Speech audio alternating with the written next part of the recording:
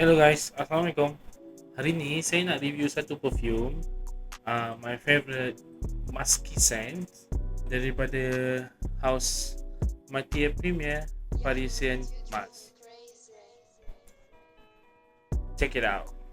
Parisian Musk ni boleh dikategorikan sebagai niche house, perfume yang high quality.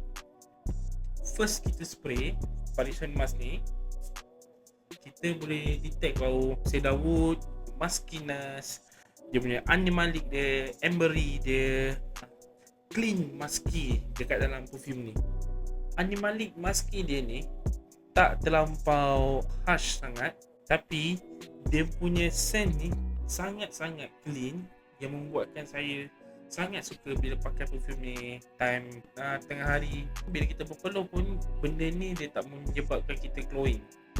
Musky, clean, juicy yang kita boleh dapat dalam perfume ni yang menyebabkan saya sangat-sangat suka perfume ni. Dari segi ketahanan dia sangat-sangat berbaloi. Kalau kita ambil dalam 5 ke 6 spray ni 10 ke 12 jam easy.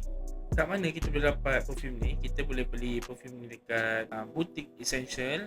Mungkin harga dia dalam 1.4 ke 1.5k in 100ml.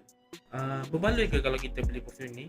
Bagi saya, untuk yang nak mencari perfume yang high quality, bau yang agak unik, yang agak lain, tak suka sangat bau designer fragrance, nak cari yang niche fragrance punya scent, boleh try perfume ni.